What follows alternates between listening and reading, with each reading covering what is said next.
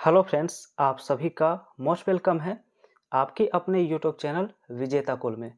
तो साथियों, यहाँ पर फिर से हम हिंदी का महत्वपूर्ण क्वेश्चन डिस्कस करने वाले हैं और यहाँ पर टोटल आप सभी का 30 क्वेश्चन होने वाला है और ये अपडेटेड सेट आप सभी का चल रहा है फ्रेंड्स, जो बिहार कार्यालय परिचारी भर्ती परीक्षा और बिहार सिविल कोर्ट प्यून के री एग्जाम के लिए काफ़ी हेल्पफुल होने वाला है। तो देखिए आज के इस सेट में आप लोगों ने कितना सॉल्व कर पा रहे हैं, तो आप लोग लास्ट में ज़रूर कमेंट करके बताइए। तो चलिए शुरू करते हैं। आज का पहला सवाल 71 से हमारा है। लिखा है, इस गन्ने में मिठास नहीं है, इस वाक्य में भाववाचक संज्ञा क्या है? तो यहाँ पर फ्रेंड्स आप भाववाचक संज्ञा पूछा है, तो मिठास शब्द जो होता है वो भाववाचक संज्ञा कहलाता है। आंसर इस सवाल का सी होगा, क्योंकि भाववाचक संज्ञा होती है कि जिसे आप महसूस कर सकते हैं, छू नहीं सकते हैं। तो मिठास इस सवाल का क्या है? Right answer. साथ ही साथ एक और भाववाचक संज्ञा में बराबर पूछा जाता है, जैसे आपका बुढ़ापा। बुढ़ापा भी पूछा जाता है, कौन सी संज्ञा का उदाहरण है? तो याद रखेंगे भाववाचक संज्ञा का। ठीक है, चलिए अगला सवाल 72 है। लिखा है, इनमें से कौन व्यक्तिवाचक संज्ञा है? तो व्यक्तिवाचक संज्ञा होता है कि जिससे किसी खास व्यक्ति या वस्तु का बोध होता है। अब इनमें अगर देखा जाए फ्रेंड्स, तो ऑप्शन बी में दिनकर लिखा हुआ है, तो दिनकर किसी व्यक्ति के नाम को दर्शाया गया है, तो व्यक्ति के नाम को हम व्यक्तिवाचक संज्ञा में रखेंगे। अब यहाँ पर ऑप्शन ए में गांव है, तो गांव हो जाएगा जातिवाचक संज्ञा, क्योंकि गांव तो बहुत सारे हैं, इसलिए यहाँ पर जातिवाचक होगा। पुस्तक भी बहुत सारा है, तो इसलिए ये भी जातिवाचक संज्ञा होगा। और कलम भी क्या होगा? जातिवाचक संज्ञा होगा। तो राइट आंसर बी होगा। चलिए अगला सवाल है। लिखा, सर्वनामिक विशेषण बनते हैं। तो सर्वनामिक विशेषण किससे बनते हैं? तो सर्वनामिक विशेषण बनते हैं सर्वनाम से। और ये सर्वनामिक विशेषण क्या होता है? तो याद रखेंगे कि वैसा शब्द जो संज्ञा से पहले प्रयुक्त होकर संज्ञा की विशेषता बताए। ठीक है, तो संज्ञा से पहले प्रयुक्त होकर संज्ञा की विशेषता बताए, तो वैसे को हम क्या कहते हैं? सर्वनामिक विशेषण के नाम से जानते हैं। आंसर इसका सी होगा। इसके बाद 74 नंबर क्वेश्चन है। लिखा है, सर्वनाम व सर्वनामिक विशेषण का वाक्य निम्न में से कौन सा है? तो सर्वनाम भी देखना है और सर्वनामिक विशेषण भी देखना है। जैसे ऑप्शन ए में लिखा है, यह पुस्तक मेरी है और वह तुम्हारी है। बिल्कुल सही लिखा गया है। इस सवाल का सही आंसर ए ही हो जाएगा, क्योंकि फ्रेंड्स पुस्तक के पहले यह शब्द लगाया गया है जो सर्वनाम के रूप में है, और वह तुम्हारी है, तो यहाँ पर वह जो है, तो यह और वह यहाँ पर किसका उदाहरण है? सर्वनाम व सर्वनामिक विशेषण का है। आंसर इस सवाल का ए हो जाएगा। ठीक है, अगला सवाल है। लिखा है, संज्ञा की माप तौल का बोध कराने वाले विशेषण को क्या कहते हैं? तो माप तौल का जो बोध कराता है उसे हम परिमाणवाचक कहते हैं। ऑप्शन बी होगा। ठीक है, चलिए अगला सवाल 76 है। लिखा, सीता कलम से लिखती है, इस वाक्य में किस कारक का प्रयोग हुआ है? तो चूंकि कलम से लिखना आप ध्यान से देखेंगे तो यहाँ पर एक साधन का प्रयोग किया गया है, तो कलम एक साधन के रूप में है। तो जहाँ पर कोई काम साधन से किया जाए तो उसे हम करण कारक कहेंगे। ऑप्शन बी होगा। नेक्स्ट क्वेश्चन है। लिखा है, अधिकरण कारक के चिन्ह बताइए। तो फ्रेंड्स अधिकरण कारक की विभक्ति जो होती है वो होता है में पर। ऑप्शन बी इसका राइट आंसर होगा। ठीक है, चलिए अब देखिए नेक्स्ट क्वेश्चन 78 है।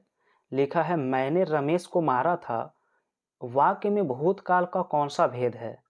तो चूंकि ये जो है भूतकाल में ये जो घटना थी ये पूर्ण हो चुकी थी, इसलिए इसका राइट आंसर बी हो जाएगा, पूर्ण भूतकाल।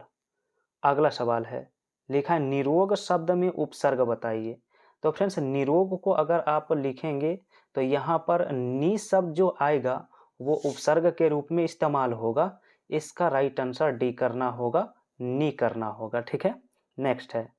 नीचे दिए गए विकल्प में से उस विकल्प एक विकल्प भिन्न उपसर्ग से प्रयुक्त हुआ है, उसे पहचानिए। चलिए देखते हैं। तो 80 का आंसर जो है ना फ्रेंड्स ऑप्शन ए में दुर्दशा, दुराचार और दुर्व्यवहार, इन तीनों में जो आपका उपसर्ग प्रयुक्त हुआ है वो आपका उपसर्ग दूर है, ठीक है। लेकिन दुबला में फ्रेंड्स जो आपका प्रयोग हुआ है उपसर्ग, वो इन तीनों से अलग है, इसलिए बी ऑप्शन इसमें मैच नहीं होगा। तो जो भिन्न विकल्प है वो है दुबला, ठीक है। अब अगला सवाल 81 है, लिखा है डिबिया शब्द में कौन सा प्रत्यय लगा है।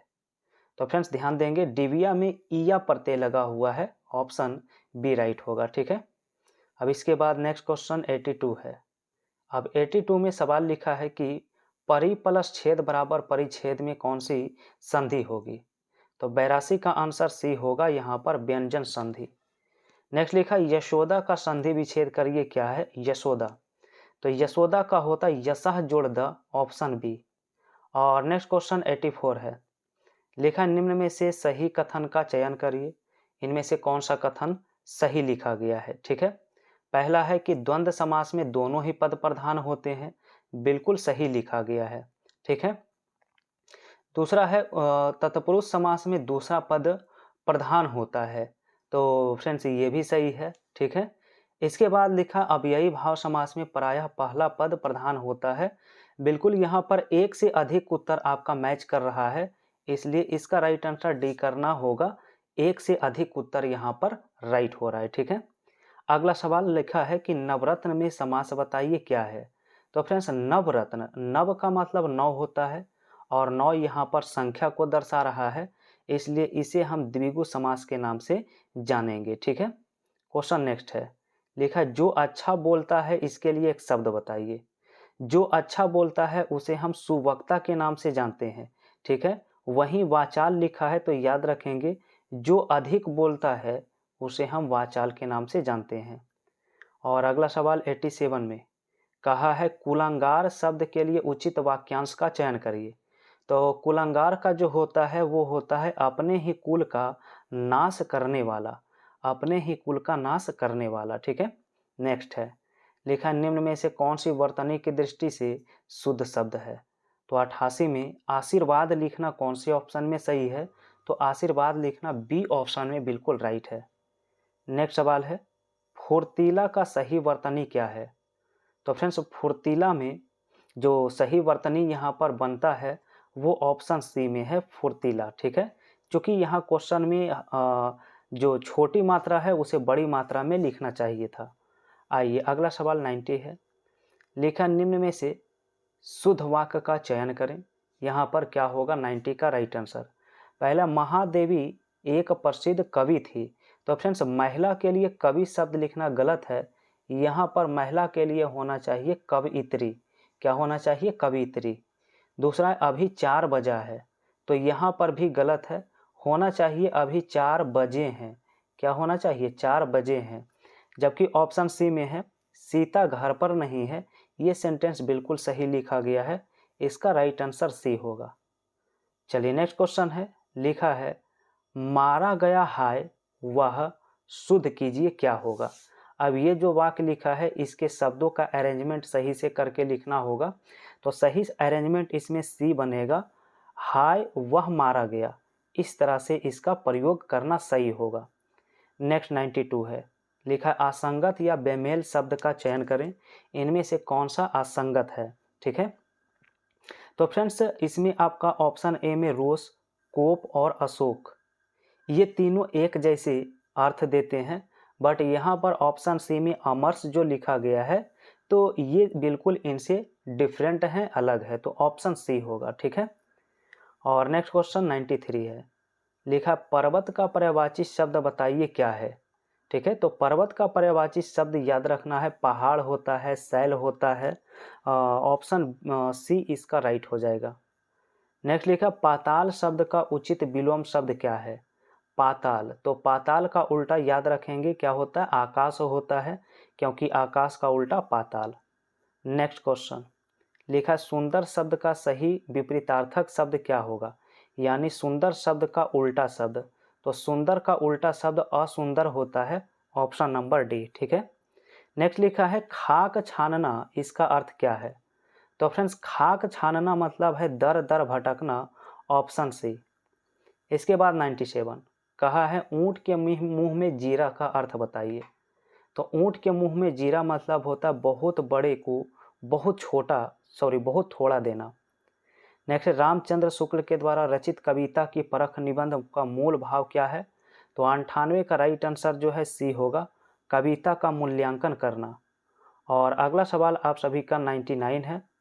तो यहाँ पर आप सभी का लिखा है, किस विकल्प के सभी शब्द तद्भव शब्द हैं, इसकी पहचान करें।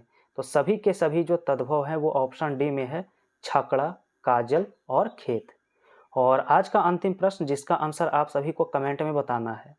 100 नंबर सवाल है, किस विकल्प में सभी शब्द यहाँ पर तत्सम है? तत्सम शब्द संस्कृत के मूल शब्द होते हैं और इसे पहचानना काफ़ी आसान है। पहला ऑप्शन में छिद्र और सौ लिखा है, सच और ग्राम लिखा है, आधा और काम, जबकि डी ऑप्शन में मस्तक और श्वास लिखा है। चलिए आप लोग अपना आंसर गेस करके और अपना कमेंट करिए। तो फ्रेंड्स देखिए, चैनल पर पहली बार जुड़े हैं आप सभी अगर लाइव क्लास में अभी तक नहीं जुड़े हैं तो इस चैनल पर प्रतिदिन रात 8 बजे आप सभी का क्या होता है, लाइव क्लास होता है, जो काफ़ी इम्पोर्टेंट सेशन होता है। इसमें हम मॉक टेस्ट पूरा डिस्कस करते हैं और साथ ही साथ टॉपिक भी डिटेल में डिस्कस करते हैं। तो इस सेशन में ज़रूर जुड़िए आज से ही। और ये वीडियो आप सभी को अगर पसंद आया हो तो लाइक कर दीजिए, शेयर कर दीजिए। पहली बार जुड़े हैं तो आप लोग चैनल को भी सब्सक्राइब करिए।